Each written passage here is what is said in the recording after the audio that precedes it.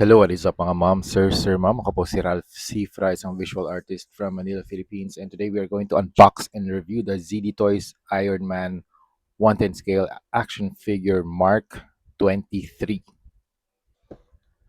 Thank you very much, Sir Mark of Laruanan. Thank you. Thank you for sponsoring this video.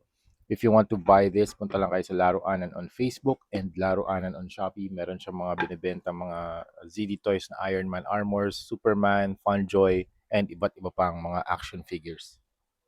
Again, punta lang kayo sa Laruanan if you want to buy this Iron Man ZD Toys. So let's start with the packaging. Very high quality cardboard box. So this is the front, the side, the back, and the other side. Dito sa likod, you have the shot of the action figure, front, back, different poses, Chinese text, and then you have the barcode.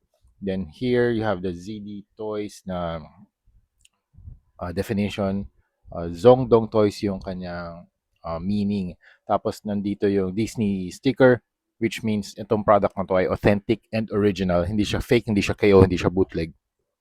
Dito sa side, nandito yung magnetic flap. Open it. First tray, nandito yung action figure.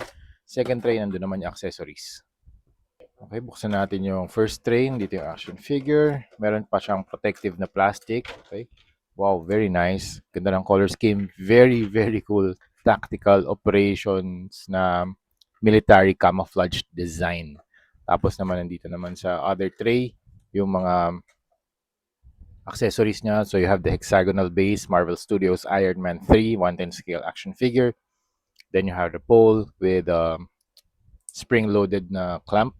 Mahahawakan nyo si Iron Man for dynamic poses.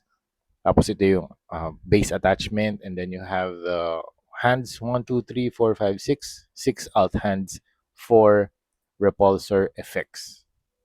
Assemble na natin yung base. Kunin lang natin yung hexagonal base. You have the attachment here. Lagay nyo lang dito. Tapos kabit nyo lang din yung pole. Okay? Then, okay na yung base. Assembled na. Okay? Tapos ito naman si Iron Man, tanggalin na natin sa kanyang clamshell. And then, ito pala yung visor niya, nakahiwalay. Alright, this is Iron Man Mark 23 out of the packaging, and it is very, very cool. I'm a sucker for military paint jobs. Sobrang ganda ng ginawa ni ZD Toys dito. The sculpt is very nice. Yung mga shake test muna natin, wala namang mga loose na joints. Okay? Ito, pwede mong ibaba kasi ito eh. Yan.